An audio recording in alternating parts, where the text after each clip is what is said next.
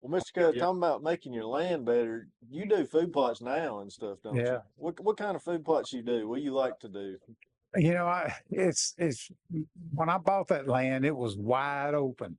Let me tell you something. I had a blank canvas that had nothing on it but cows till the point I got there. You just pasture? It was all pasture Oh wow. except the fence rows. There was a Yeah. little. So I kind of got everything out, and I just kind of drew up. Like your best wind's always going to be kind of north or northwest after a front. So I was like, I'm going to plan these spots first. And I kind of planted pine trees with those thoughts in mind. There was still some timber here. Mm-hmm. So I made some little Dr. Grant Woods calls them hidey hole plots. I made some little ones up there that you could get into and get out of easy. And it was nothing but grass there. But the pines made it a food plot because I didn't plant them just in straight rows. And that's the entrance and exit's a big deal. Because everybody, man, when I was hunting out in the national forest, I used to think them bucks lived in caves or buried themselves underground. Uh-huh. But they don't. They're probably laying over there with that wind hitting them in the back where they can see you ease in there. Uh-huh. So that was my deal. I was I'm gonna fix this where I can get in and out. And some of them I've had to change a few, but it's having Toxic, who Biologic is one of the umbrellas, and having his knowledge, which is vast. I've always had a kind of an upper hand on.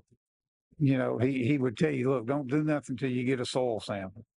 It ain't gonna matter if your pH is that far off. It don't matter. He was always keeping me on the right track because the last thing you want to do is spend a whole bunch of money on fertilizer and you ain't bought no seed. But if your pH is stupid, it ain't gonna grow good anyway. Right. So I always kind of had somebody to ask. My son-in-law, he does that for a living. That's what he did at Mississippi State. So I always been kind of lucky on what to plant. I didn't care. I've centered on a couple of things.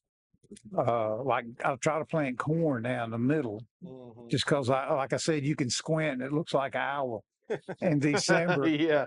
But I've kind of gotten to be a big fan of two things. One of them's clover. If I could only plant one thing, it would be clover. And a lot of reasons for that. Turkeys and deer, I'm telling you, they'll go straight to it. And the other thing I like a lot of is cereal rye. And people get that mixed up with ryegrass. It's not ryegrass, it's cereal rye, which is kind of the same thing. It's like winter wheat on steroids. And it'll take a lot more drought conditions. It'll take a lot of rain, and it doesn't get tough as early. So those two things I mix, and I got a couple of spots now, clover only, but that's a whole different story, getting it, weeded out and stuff like that. But clover and cereal rye are, if you got something green and you fertilize it, they come into it. What you think about chicory? That's great. This is a problem we've had at our place. We planted a lot of like clover chicory mixes. Yeah. And it's like the chicory it's like just clover. I don't know. The clover, if you plant it good, the clover gets so tight it shades that out a little bit. That's why I got some spots I'm working on now that are 100% clover, and it takes a little, because there's always argument, mow it or don't mow it and all that kind of stuff.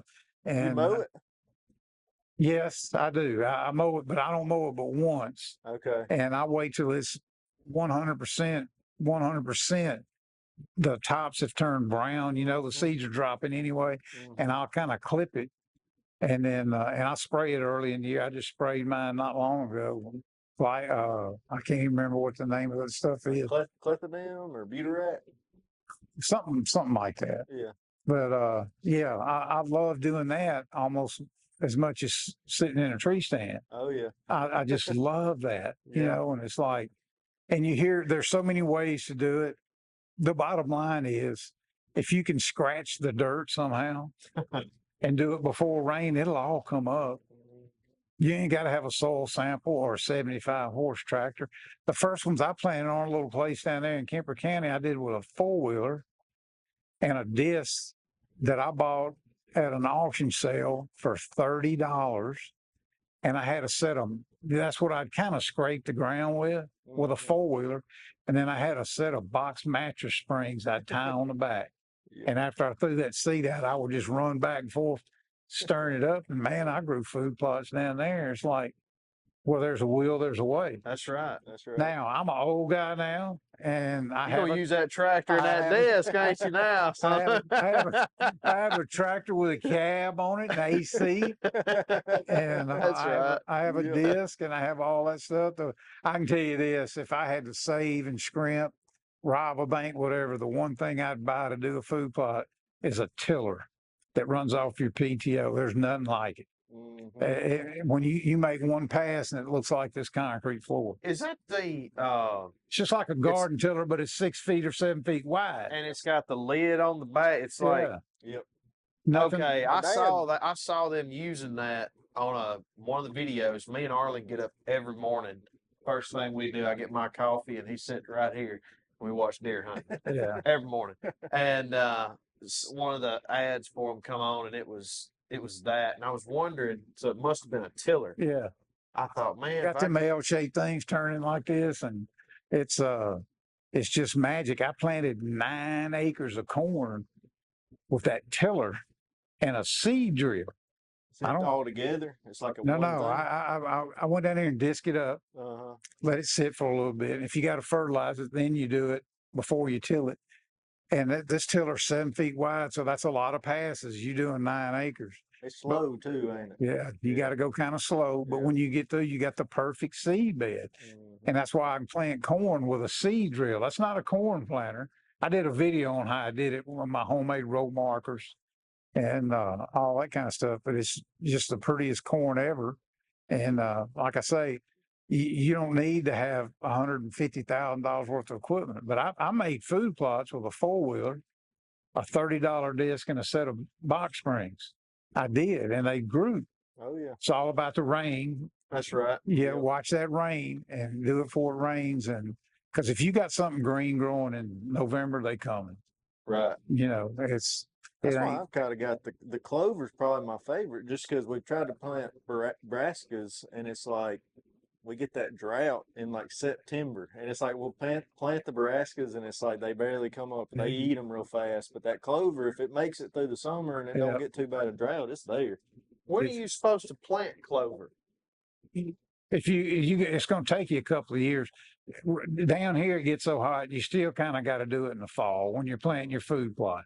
Okay. Yeah, September, you plant it in September, and it'll start coming up, and it'll kind of get dormant during the winter. But that next spring, it's going to pop up, and that's when you kind of got to get the weeds out of it. And it's about that third year, you're going to go, wow, man, I got a good stand of clover. But not necessarily up north, but down here, you got to plant it when you're planting your food plots. But it's hard when you got that 1 or 2 food plots and you're like, I'm going all clover because that's a big roll of the dice. Uh-huh. It may work and it may not. And the way I got started, I would plant a food plot and I would go real heavy with clover. Well, guess what? Turkey season rolled around. Guess what's looking good through that grass?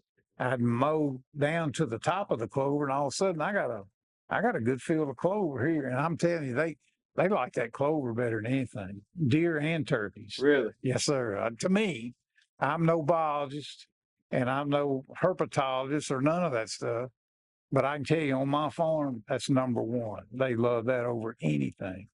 Do you Huh. do you frost seed in the Mm. spring? You don't ever Mm. do that. No, What's that? Basically, just you put out more seed in the spring when it's kind of I- getting hot and then freezing at night.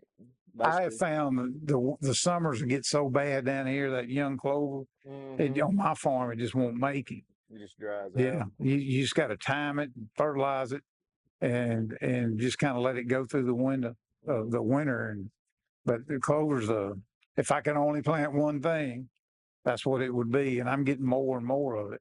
My goal is to have every food plot, or I don't even have to do it in the fall. I just got to keep it sprayed and mow the tops of the weeds out, kill them, and just everything's 100% clover. I'd be fine with that. Yeah. Yeah, I got one big one and 2 little ones that are like that right now. Now what's big and little? The big food plot's probably it's on the edge of a 30-acre field, and I'm letting the guy farm it, and I held probably 2.5 way down on the end, so that's probably a 2.5 acre clover patch, Okay. and the other ones are probably a half an acre or less, and Okay. they're all clover and Those they're little kill plots little right keel there. plots. Yeah. I So like it. What's the yeah. longest you've had a clover plot last before you got to plant it again? Well, the 2.5 acre clover, and it may not be that much, but it's close. This will be going into its 4th or 5th year. That's the only one I ever said, that's all I'm doing here. Mhm. The rest of them, that's kind of, the clover was almost taken over because I was doing the right stuff anyway. So I just, added a little seed. I had one that was like, it was beautiful clover in the middle, and it was kind of crummy on the outside. So I took that tiller in there in the fall when I was planting food plots and just tilled up where the clover wasn't good, planted more clover there and run over it with a cultipacker. Now the whole thing's clover. The stuff in the middle's taller, but that's another thing. I got like 12 food plots, and I did a test one time, and I planted them all, and I ran the cultipacker over them because I didn't have my bed spring mattress no more. Right. You could find a cultipacker anywhere, which is just a round wheel. It's real heavy. Right. And I cultipacked everything but 2, planted them all in one day, same conditions, same stuff. And those 2 that I didn't put the cultipacker on didn't do near as good as the other ones. I tell everybody, if you can just scratch the dirt and get in there, and then it's all about seed to soil contact. And you could used to find a cultipacker in the weeds at some farm. Oh, yeah. Oh, you can have it. Well, now they're big dollars because everybody Right. wants some small ones. But Right. I just use a tiller and a cultipacker now. I still sling a lot of seed by hand. You don't need. That's what I did this year in Yeah. that corn back behind the house. Yes, sir. I That'll work. had it. I did terrible. I didn't even bush hog. I literally just hooked the disc up to the tractor, my neighbor's tractor, his everything. I'm even borrowing his field. Only thing I didn't borrow of his was the corn. I got that from the Fulton Grain Company. So, but no, I dished it up and best I could, and I think I measured it on X, and it's like a 5 acre field. And I spread 70 pounds, 75 pounds of seed corn on it. And I've got some bald spots, but I've got the majority of that 5 acres. I'd say 3.5 of it is full of corn. So, and it was all spread by one of his hand spreaders. I used to do that. What caught me was later. There's 2 critical times. You need rain all the time, but if you can get rain as soon as you plant it, it's awesome.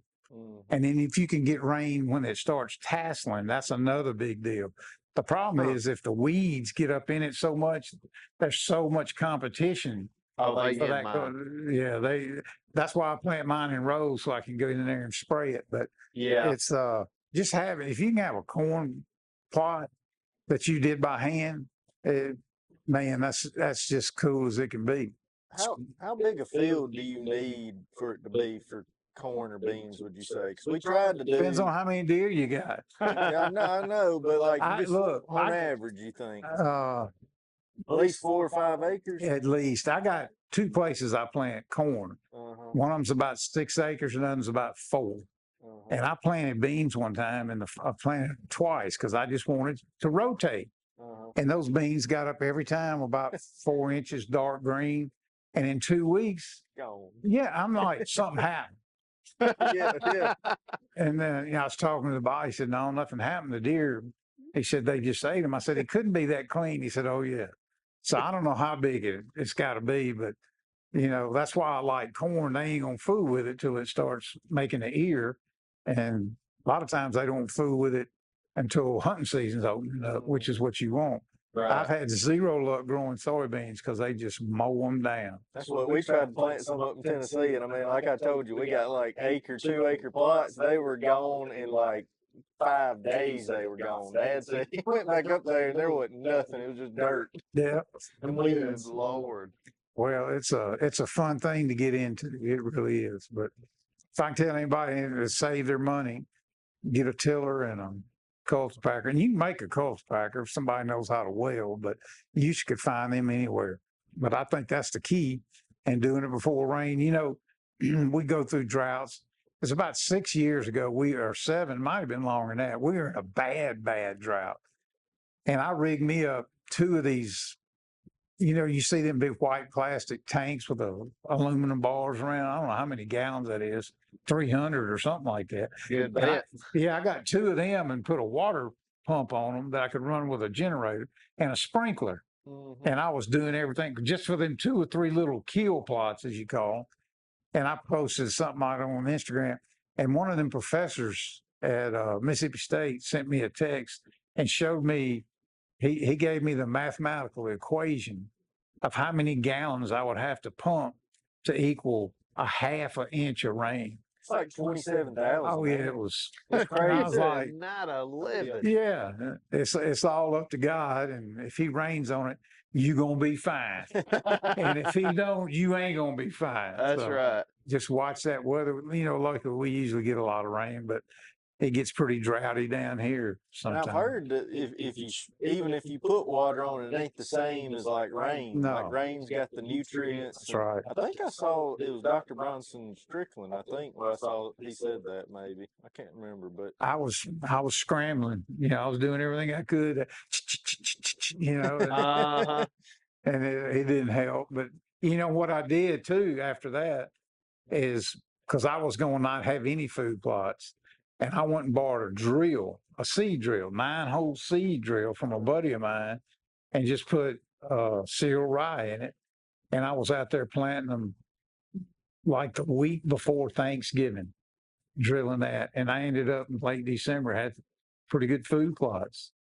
Well, see, we normally planted our food plots 1st of November.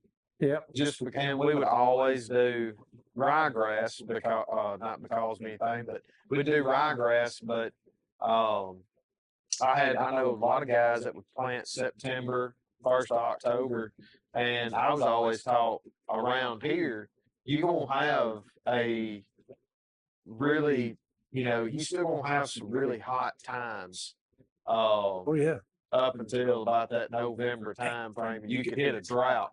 You could hit that July or August or September, still have some rain, but then October it could kill it out. Yeah, I used to press it because I wanted to have 2 or 3 spots to bow hunt over. You start hunting around food plots and you think you got to have one. I mean, we never had them back in the day. It was a pinch point or a persimmon tree, whatever. But I learned the hard way. If you try to press it down here in the South, every place is different. I got hammered on army worms 2 or 3 years in a row. And, what was it? army worms. Army. Never seen anything as devastating. And it happens literally overnight. To the tree population or to your to your grass. grass? If your grass is like coming up, getting an inch high. And I went back there and looked at a couple of mine, I don't know, a week after I'd taken some pictures, went back there and it looked like that concrete floor. And I was standing there looking, you can just see the ground moving. I've got to look up these Yeah. army I've never heard worms. of those. I hadn't either. Man, they were so bad year 4. Oh, these right here. Yeah. Let me see. Those right there. Oh yeah, yeah. All right. So this would be a good time to put up a picture of Army where. worms. Yeah, instead of me like turning my phone. August. Okay. Yeah, that late July, August. If you're trying to plant a dovetail, something like that, they can be devastating. They got on. I didn't know they would climb. I was talking to a biologist at Mississippi State. They earned like 3 acres of corn. And when I went down there, I hadn't checked it in a month. It was doing great. Went down there and it looked like I was growing cane poles. There wasn't nothing green left. And he said, yeah, he was telling me it's like 3 different kinds. And these were like, they just annihilated How everything. you get rid of them? That's what I said. Spray. There's Like a a spray. pesticide Yeah. or something? Yeah. And, I've been out there 21 years and I think I hadn't had big issues, but maybe 4 times, but pretty devastating. When they get it, they've got it. You just got to wait till they go away, spray, wait a couple of weeks and then replant. Dang. Hey, well, I can tell you, if they get hold of mine, I'm going to wait about 9 months and I'll replant. 10, 11 months and I'll replant. Yeah, there's lots of army worms down here. So you got to be careful with all that. It's just a learning curve you got to go through. But yeah, they can be bad. So Kind of like the like brassicas. I've always heard where you can only plant it 2 years and then you need to switch it because you can get some kind of weird. Yeah, they say to rotate it, just like farmer and grow guys, they'll do soybeans and corn and soybeans. And I've been planting corn on mine for, I think this is 11 years.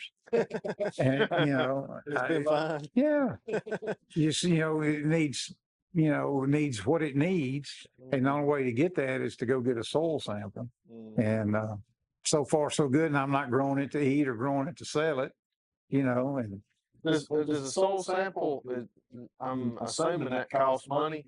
it's not much. You go to your USDA office, they'll give you a little bag, and you can just go get, like the first time I was going to do a soil sample, I didn't know what it was. I walked in there like a 5-gallon bucket. Oh, we don't need that much. It's in a little envelope and they send it off. You get, depending on how busy they are, if you do it during food plot season, it comes back quick. If you do it when the farmers are busy, because they do theirs in zones, because they'll adjust their fertilizer for this block and that block. But it's pretty cheap, and in the long run, it'll save you money. Because you can take your soil sample to the co-op and he'll say, okay, you need some this and you need some lime and you need a little bit of potash, and just get the right mixture. And the pH in the soil is just like the pH in your body. It needs to be a good number. Right. Because if the pH is way off, then nothing works. You may get a little grass come up, but them deer can tell. If it's healthy and it's green, they can just tell.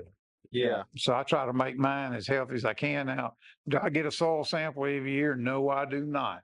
But I have fertilized it so much over the past 20 years, I'll check it about every 3. And some people are going to cringe. No, you need to do that every year. It's just deer hunting.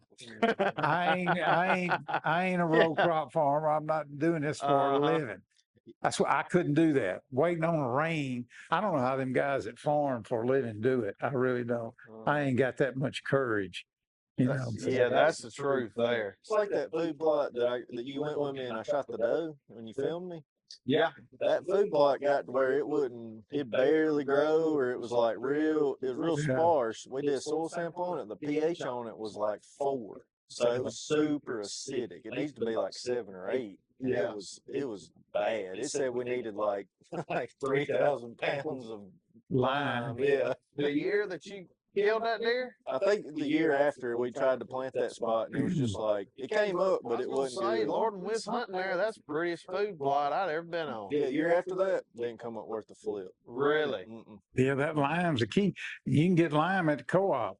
90% of them have a buggy that they'll just let you use the buggy. It out or whatever. But you buy the lime, put it in their buggy, go throw it out and bring it back. I think this is what's going to get me back into major private land hunting right here. Dude, working the land's the best part. Getting on that tractor, and then every time I go out there, every morning I wake up, I get my coffee, and I look out there at that corn, and I see more of it get high, and I'm just like, like you said, all I can think about, man, that looks a lot like Kansas. Yeah. That looks a lot like Iowa. And it's right here. Man, he's going to be coming up over that ridge about December 28th or 27th. A lot of people are just, they're defeated before they get going. I don't have a tractor. Well, I didn't have one either.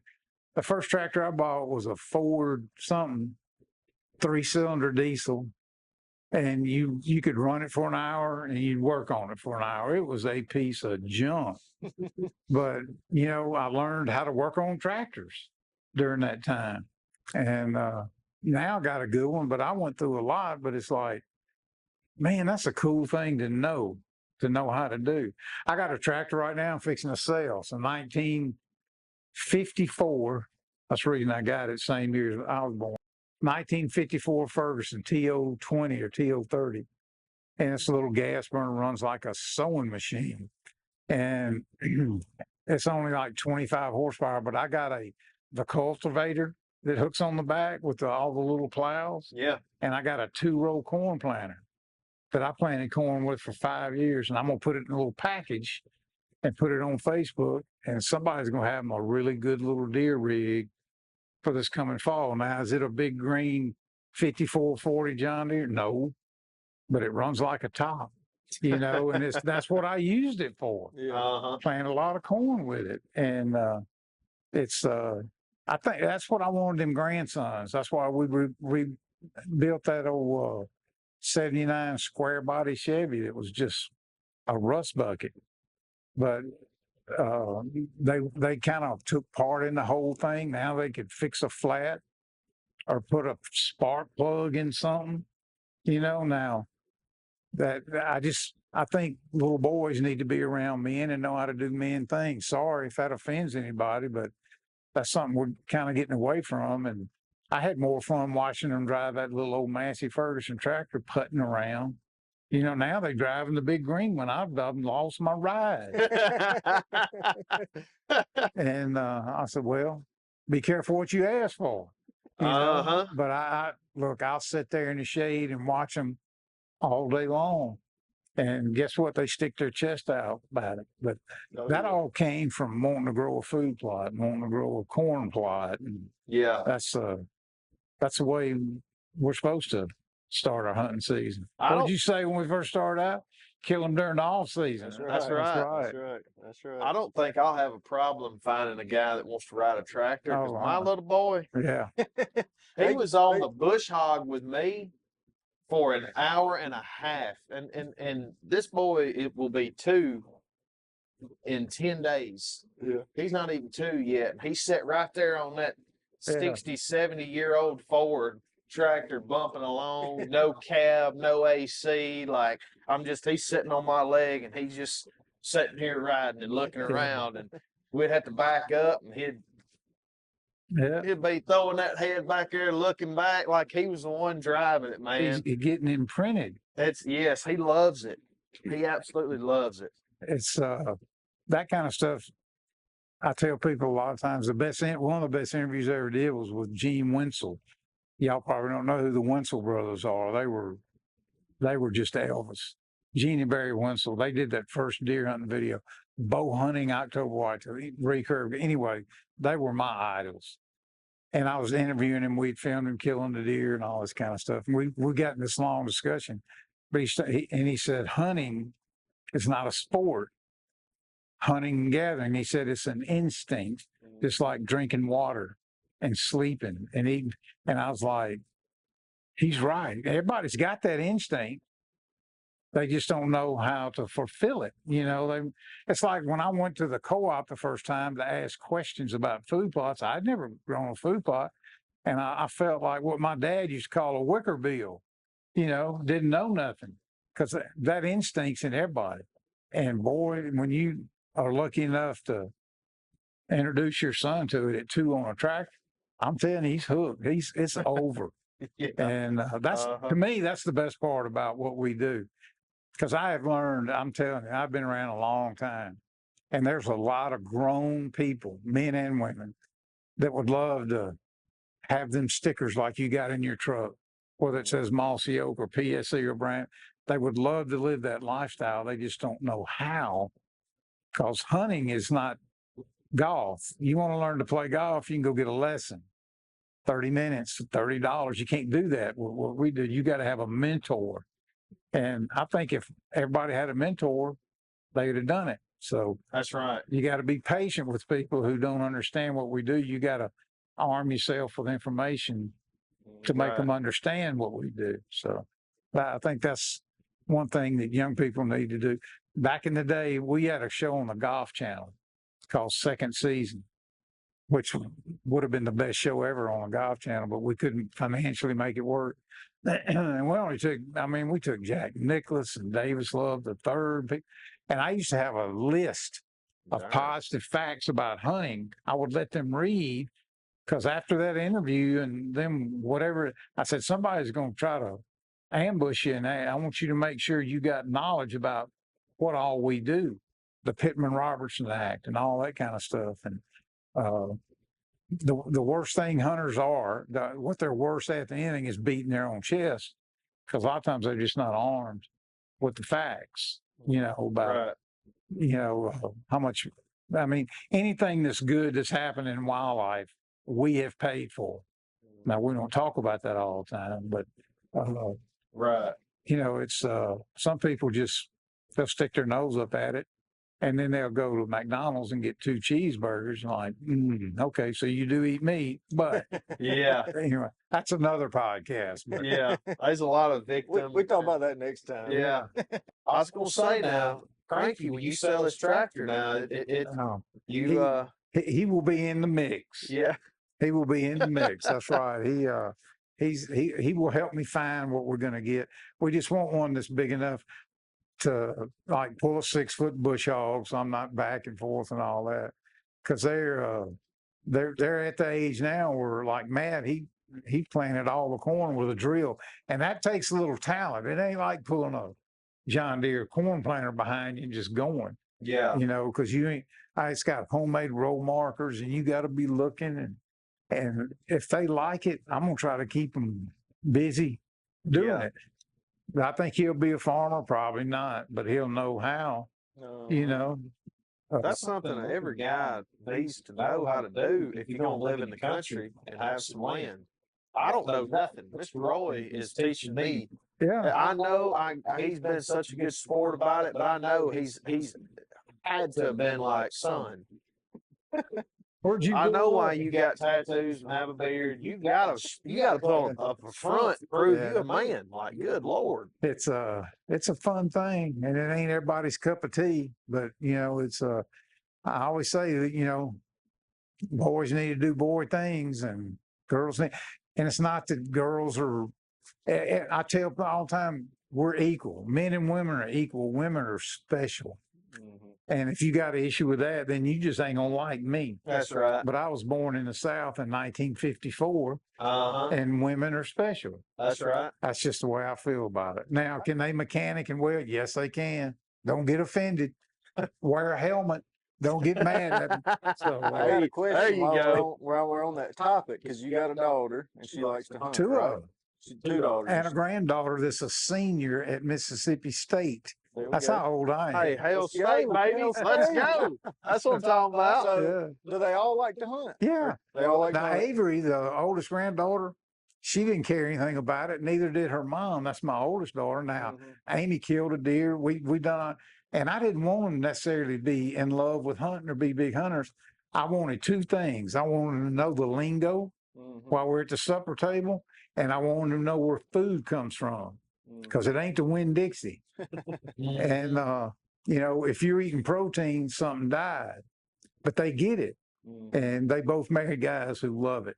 And Avery was she's so smart, and that just wasn't her thing. And I get it. My girls, they'd much rather go to the mall or to the beach. Well, that's cool. Well, when the boys started coming around, Avery's like, Pop, I want to go hunting, And I mean, first thing you know, whack, she kills her first deer with a crossbow at 30 yards. Coolest thing ever. And I think year before last, she brought her boyfriend from Mississippi State out there. He killed his first deer. It's like, as long as they understand it. So I got almost 3-year-old girl, and then I got a 3-month-old girl.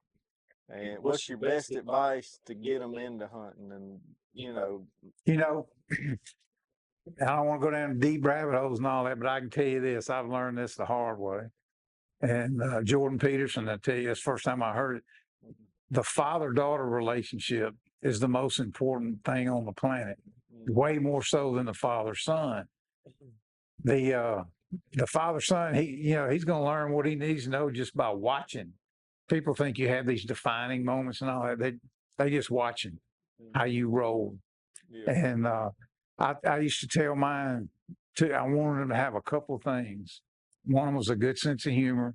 Another's a good work ethic. Didn't treat him any different than I would have treated boys. And I wanted them to know what a dad was. Somebody's got to be the rock. And women are wired a little different. We're getting pretty deep here now. And sometimes to keep the peace and all that kind of stuff, that's all going to be on you, because they think different. They act different and all that. But I never at any point wanted them to look at me thinking I can't trust him or he won't be there. And I used to have all these young guys running cameras and stuff, eventually getting married and all that. And that one of them was fixing to have a baby girl, and you could tell he's disappointed. I said, Dude, let me tell you how far off you are. I said, first off, if you got girls, they're going to get married at some point, probably. But I said, guess what? Well, guess where they're going to be? No matter where they live or what's going on, guess where they're going to be at Thanksgiving and Christmas and all the Easter? They're going to be back with their mom. That's the coolest thing ever. But I just kind of let them tell me what they wanted to do. My oldest one, Amy, was quite the athlete. She was 11 years old. She's big into softball back then. We won the USSSA World Championship in Hutchinson, Kansas. 11 years old. Of course, her team was phenomenal. And Lauren wasn't into sports. Now, she liked to wear the uniform, show up for game day, but that practice was getting sweaty. And but she wasn't going there, but she was my little Ted Nugent.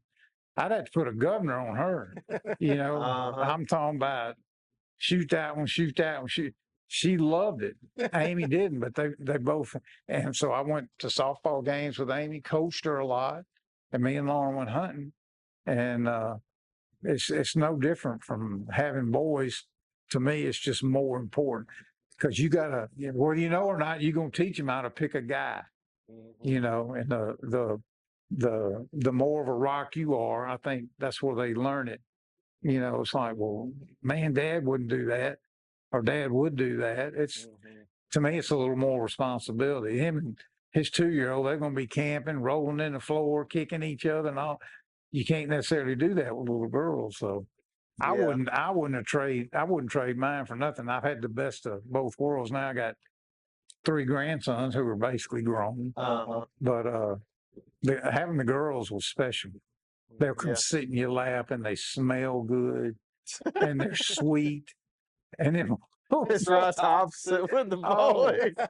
Man, I was around these little boys and they stunk, tearing the house up, So making you just have 2 daughters? 2 daughters. And then the grandsons is where you got the boys. Yeah. Yeah. So Okay. I got the best. I got the dance recitals and the cheerleading, and while they like right now they're Walker's playing all kind of baseball, Matt and Cranky's playing football, and I'll go pick them up, watch practice, you know. And so life is good as far as that is. So funny you talk about the stinking. We went to the Cheesecake Factory yesterday in Birmingham, and it's just me and Bree and Arlen.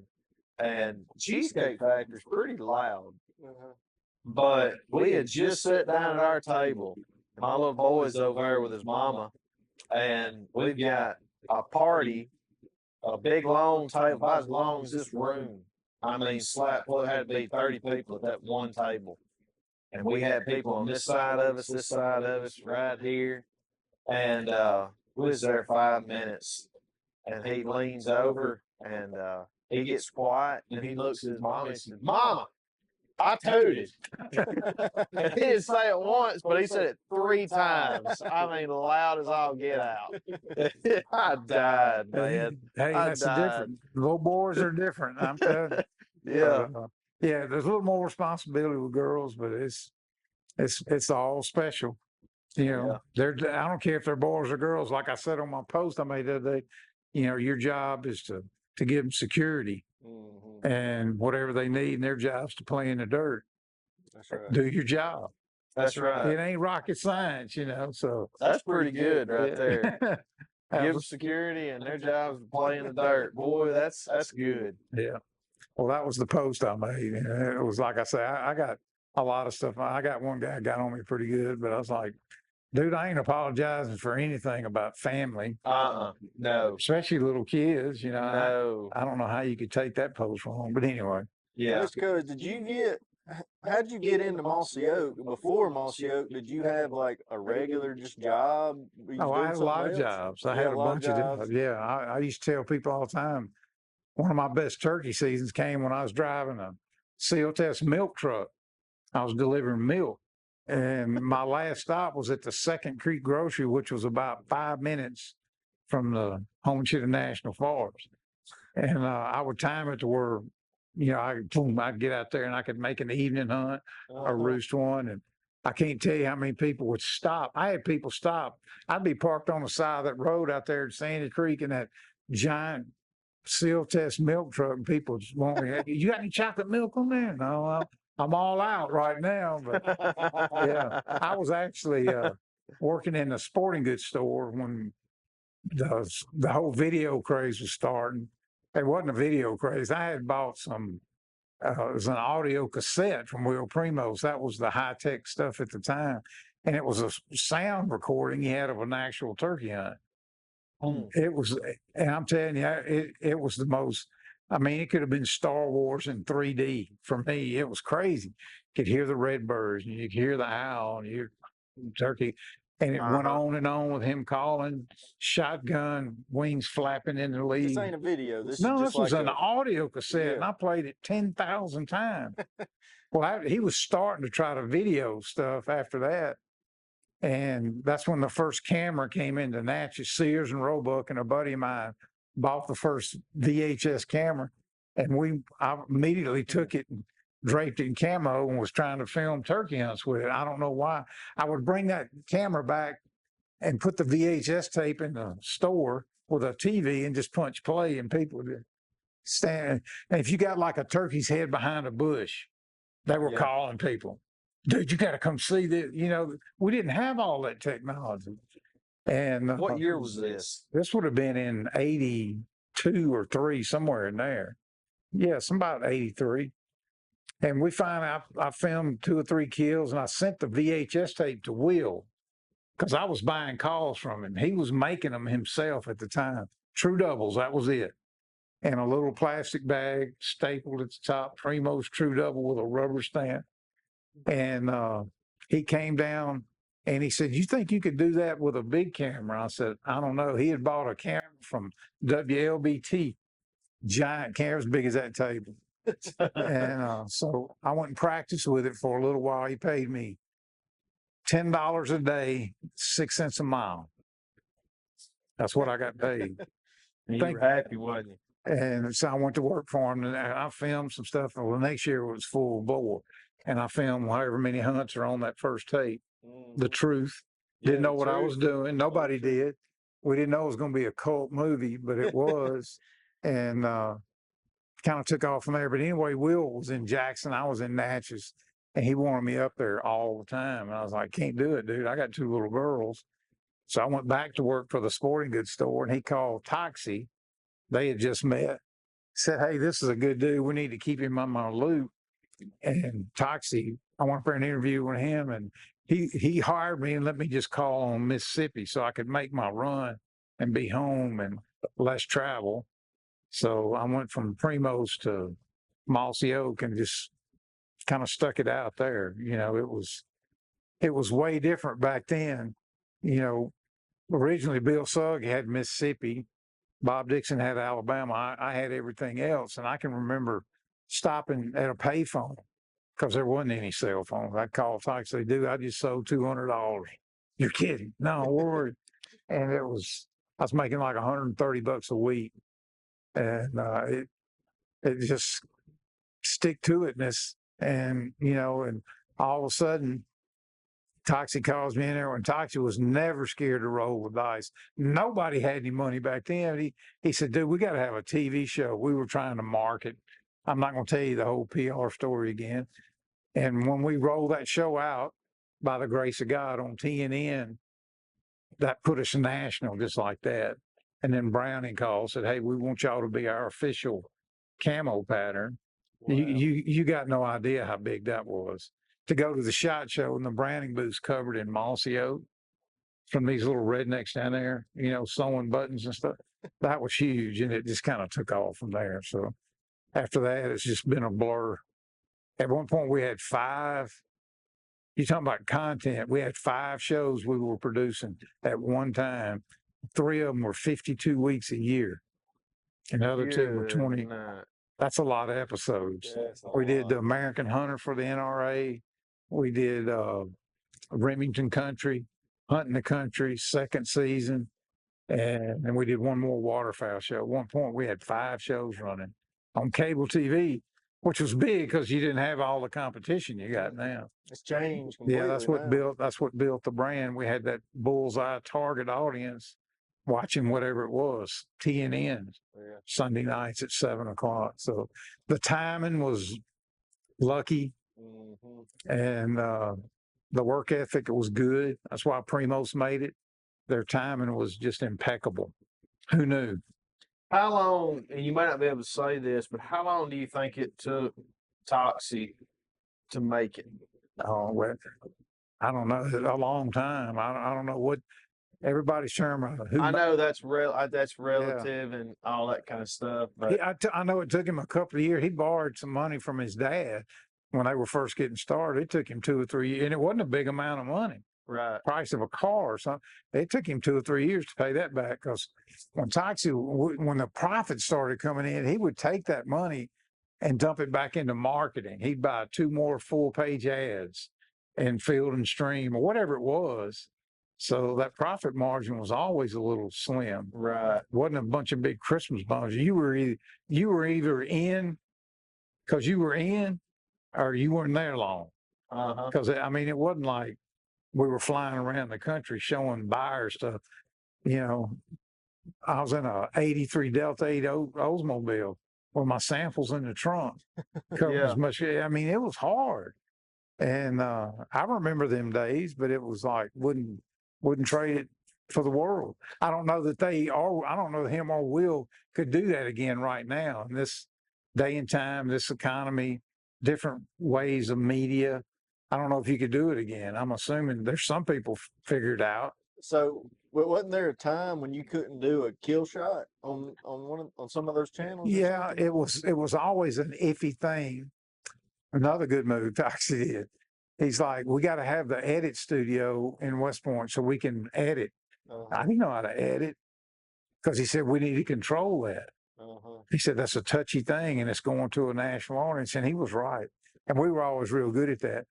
And the first big sponsor we got was Chevrolet, and for TNN when we moved to Sunday nights prime time, and the marketing, not Chevrolet, but their marketing firm or whoever called me. They were in LA and said, well, you got to take any impact shots out. And I went, all right, I'll let you know. I went and talked to Tyson, and he's like, what do you mean? He said, you can't show any impact shots. That's what Chevrolet or their agency said. He said, let them go. First big sponsor we had, he's like, we don't need them. We ain't gonna let people tell us how to handle that.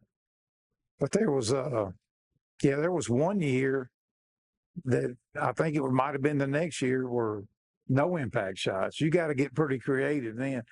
And everybody's like, oh, I want real TV. I don't want no cutaways. Well, if you can't show the air hitting it or something like that, you got to be pretty good at that other stuff. It's when I Right. learned, when we left TNN, went to ESPN's when I learned how to make television, real TV, that's going on a national level. It ain't just showing on right after the weather on your local station, because then people know how to make TV. They know about audio and white balance, and All that stuff. Yeah. continuity was a big deal. Yeah, anytime you'd have somebody come in to shoot something with a professional crew, they'd have one person. That's all they did was continuity. They would be watching because they'd have to cut and take a break, and they would make sure that person was standing in the same place. Nobody moved their hat. What Yeah. is that? Can you explain continuity? I've heard the word, but I don't know what it means. It's like we shooting this, and you take a break, and I get up and go do that, and I come back and my hat's the wrong way. We got to fix it to make sure. Yeah, you just didn't want. It's like, and if a guy's shoots a deer, I'll be filming the deer the whole time. Boom, and he shoots a deer and it drops. I'd say, all right, now don't move, don't move. Then I would zoom without moving the camera and put it on him. I say, now go back and just act like you saw the deer, raise your gun, take your safety off. Then you would start cutting back, but you didn't want it to look any different than the shot 3 minutes ago when he sat down. It was a tough road to hoe. That one of my dad's buddies, I don't know, it was in the Delta somewhere. He was on like a TV show and he killed a deer, and they wanted to go back the next day and do like some, pre footage or post footage, that kind of stuff. And they said, Now, when you wake up in the morning, you need to barely trim your beard, you know, because he said he Yeah. grew his beard real fast normally. Like every night, it would just grow. And he said, they say, you need to be the same. It don't need to be real thick for these shots. When yesterday it was like stubble, you know, or something like Wow. That wouldn't fly today because Uh-huh. YouTube and all that's what we call guerrilla video. that. Uh-huh. Mike McCoskey, he was one of our field producers. He coined that term, but it's like if you just following people with the camera, not recreating anything, that's guerrilla video. Well, that's all. If you do anything other That's than what's that, then selling. people call you on it. Yeah. Uh-huh. You Fake. know, but back, it wasn't Yep. like Yeah. that. Back, it's just different time, Right. Uh-huh. and it was all about being smooth, Mhm. good light, lots of scenic, tell the story. And Mhm. I still think telling stories is a big deal, but it ain't like that now. People's attention span is too short, and there's too much that makes them numb. You Mhm. know, because they just sit there and they're scrollaholics.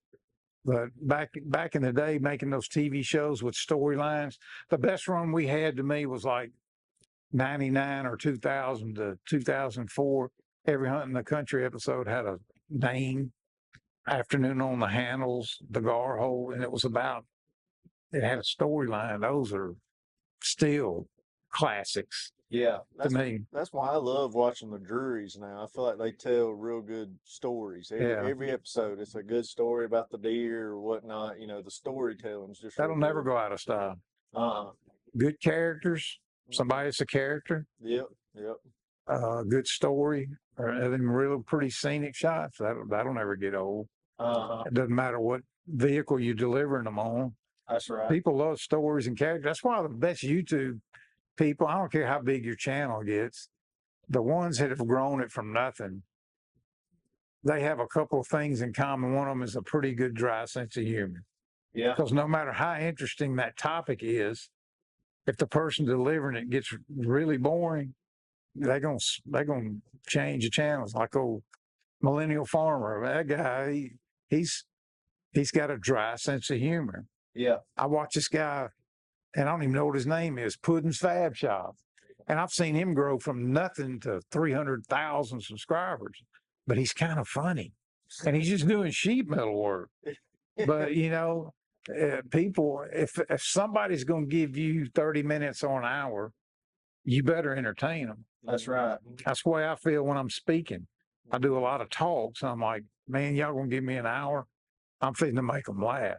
That's right. Because probably, and I say this every time, half them people out there know as much as I do about hunting. The other half probably know more. So I'm going to just tell you what I learned by going with all these experts, if there's such a thing. But you need to entertain people That's right. because you got a lot of competition now. Well, you know now, you technically nowadays are the expert. Let's not get too humble over Yeah. here. Yeah, I mean, I guess that's what happens when you get old. You know, I try I tell them all them young people, look, here's my goals to keep you away from the beach towel. Now, what beach towel? I said, yeah, you're going to end up getting your nose bloodied so much you're going to need a beach towel to wipe. I just don't want you to get your nose bloody because I've been there. uh-huh. And I'll say, don't do this, don't do that. And there's a lot of things that never go out of style. Like we said, good stories to me, you know, Yeah. good manners. You're going to get a lot more help from people if they like you. I was forced into that because I didn't know anything about TV production. I didn't know anything about PR. And like Ty said, you're going to be the PR guy. Okay, what's PR stand for? I didn't know. So I went to an outdoor writers convention and had my little booth set up. Here's Mossy Oak meeting all these big time outdoor writers. And I'd ask them, who's the best PR guy you ever met? And this one name kept coming up. His name was Mike Finney. He was the PR guy for Berkeley Tri-Lane. So I went and looked him up. Took him to dinner. He's a big bow hunter. Ended up taking him bow hunting. And I learned everything he had taught, you know, in like 5 days. I learned how to be the best PR. He said, cuz you got to do this and you got to do that. And you got to do that. I said, all right, that's what I'm going to do. Because them other people were telling me he was the best. Yeah. And it wasn't rocket science. You know, it's like, and it's not rocket science. Some people give up before they get started and they ain't got that whatever that DNA is that makes them work hard. Yeah. And I understand. I saw a kid on something the other night said, I got 2 jobs. I'm trying this and I still can't make ends meet. And I get it. And the prices of stuff are ridiculous and all that, but you just you can't have that quit in you, you know, because the last thing you want to do is depend on the government for anything. You got to find your way, and Right. it's going to be hard, and you're going to pay your dues, and you just got to put in the time. And luckily, our timing was good. Prices were cheaper, but I've eaten my share of Vienna sausage and bologna sandwiches. Had one yesterday, as a matter of fact. Bologna Well, sandwich, they never goes bad. Fried bologna. You mighty right. That's some good stuff. I think though today is a better. I could be wrong about this, but I think today's a better day to be an entrepreneur Yeah. than it is back in your time because not because of Is technology. that your stock market guy calling? No, that says it's Yeah. 6:25. I need to post at I got you. 6:30. Good for you. You're right. You got the world at your fingertips. You just got to figure all that stuff out. Well, the biggest thing, and this is very controversial. Controversial. My wife's gotten on me 10 times about saying controversial. Is it doesn't take much to stand out via character, via hard work, because there's so many people that ain't. And it's like if you just I truly believe that if you understand that if you want 1,000 acres, if you want a YouTube channel, if you want a successful this, a successful that, that's not a job. That's not an average, this or that.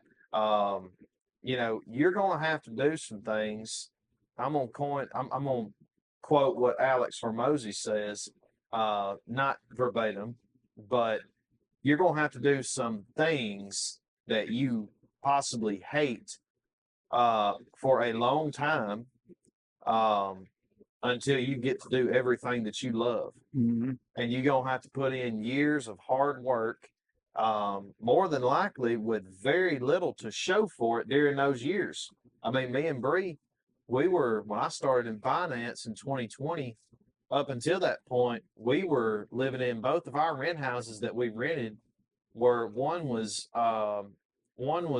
600 square foot, and we moved into the next one that was smaller and in worse shape than the previous one.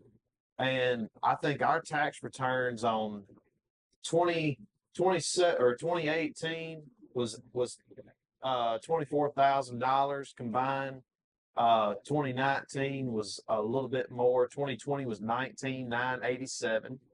Okay, so we went through I want to say the first 5 years of our marriage, with no money. But I just told her, I said, listen, if I can get, if I can build a client base off this, all right. No, I don't get paid much when these people invest into a Roth and put $100 a month into a Roth IRA. I said, but in 5-10 years from now, I should have way more clients, and those little, $100 a month that's paying me $5 a pop. If I've got 500 of them, that's a good residual income, and that business helped me have tough skin and the consistency and the realistic timeline and being okay with doing social media and saying, well, if nothing comes of this for a year, 2 years, whatever, because I've just seen so many stinking people do it that it just tells you just don't quit. I mean, you could be putting the most garbage stuff on here, not morally, but just terrible acting, just cringe worthy. I mean, it's like Daddy said last night, there may be 50 million people say this guy ain't worth nothing. But they may be, because we got 7.4 billion in the world, there may be 500 million that says, well, he's pretty funny. Yeah. That's right. You know what I mean? People love to laugh. You got to believe in yourself. Yeah. And, I tell them boys that all the time. One of them's big into baseball. Matt's getting really good at football, and he takes MMA. And Cranky's a different kind of soul. But anyway, I tell them, look, there's nobody can tell you what your limitations are. There ain't but two people knows what's going to happen, you and God. Don't let people put you down because, sadly, some people they don't want to see you do good. Right. Envy's a bad thing. That's what got the devil kicked out of heaven. It's a terrible thing. So put your nose to the grindstone and just push ahead. I didn't have enough sense to know all that. When we were working, I was just relentless. Toxic was relentless. Bill was relentless. We just believed in that. And it was fun. So, are you kidding me? Selling camouflage, even if it was $200 at a time. And I didn't have enough sense to know we were poor. My wife knew it. I guarantee you that. And look, she was doing Dave Ramsey before Dave Ramsey was. That's right. If it wasn't for her, we wouldn't have anything. But she stuck it out. Now she's at the beach, with the grandkids. I think that's a big deal. But man, if you'd have said that when of course, we got married young. 20 years, if we'd have been 20 and she was 18, like, let's go to the beach. What are we going to put it on our BP card? I didn't even have a credit card. It's like, you just got to stick it out and work hard. And sadly, like Mike Rowe, you need to go watch Mike Rowe's podcast. That's all he talks about. Is like, we need more plumbers and electricians and all that. And people, they want, instant gratification. Well, not everybody's going to give you that. Yeah. Sometimes you got to go get it. Yes, right. And I think you're going to be good at that. So I hope so. I hope it works out. And like you say, stand out and be repetitive. And I'm just having fun watching it. I feel like I'm watching from 30,000 feet. But I'm promoting too, even though that guy in the email said you've had your day, you need to back up. I was like, well, I have backed up. I was going to say, you should have sent him a screenshot of all the stuff you promoted on mine. Yeah. And Dave Owens and all them guys. Yeah. I love going. It's like, what I do when I watch you guys, I'm like, golly, man, I wish I'd have done that when I was 28, because I could do it back then. Some guy asked me about going elk hunting. He's like, we park down here. And I said, you going to park at the trailhead and go in? And I said, can't do it. Sorry. Been there and done that. Much as I'd love to go elk hunting with you, I'm gonna pass. I'm trying to get an elk hunt for these grandkids and let them go do some of that cool stuff. There's nothing worse to me than an old man who don't act his age. Now you can be vibrant and you can be positive, but you don't need to be running with 25-year-olds. It just don't look right. And I'm okay with that. I promise you. So I have fun watching it through you guys, and I'm deep down, I'm pulling for you. I promise. Well, we appreciate it. We appreciate it. I think we need to wrap it up. Probably. My girls will be going to bed in about an hour or so. Yeah. Well, guys, look. Thank you, Mr. Cuz, for being on here. I mean that, man. Thank you so much. Thank y'all for having me. Appreciate it. If y'all don't know, Mr. Cuz has an amazing podcast, Fistful of Dirt. It's the greatest podcast name on the face of podcasting. Okay, I would love to steal it from him, but we've talked about a lot. And we need to do it again, and I'll get you on mine as things progress. And what are you doing next week? No, this week. I hope it gave you a bump because I promoted the heck out of it, and it's that's the upside of social media is it's free. That's right. If I didn't believe in you, and like I told you, I said I've kind of made a living sizing up people. Don't take me long. Old Cuz, he's just old Cuz. I can tell him about 10 seconds. And I sized you up pretty quick. And I told Pam, my wife, I said, he's going to do good and he's a good guy. And that's who I like to help, if I can help. Well, I in any way. that. And just always remember what you guys say matters. That's right. And act like your mama's standing behind you and you'll be fine. That's right. And don't shoot at no more turkeys flying. Caleb. All right. I appreciate it. Yes, sir. Hey, guys, we'll see you on the next one. Thank you for joining us. See you next time.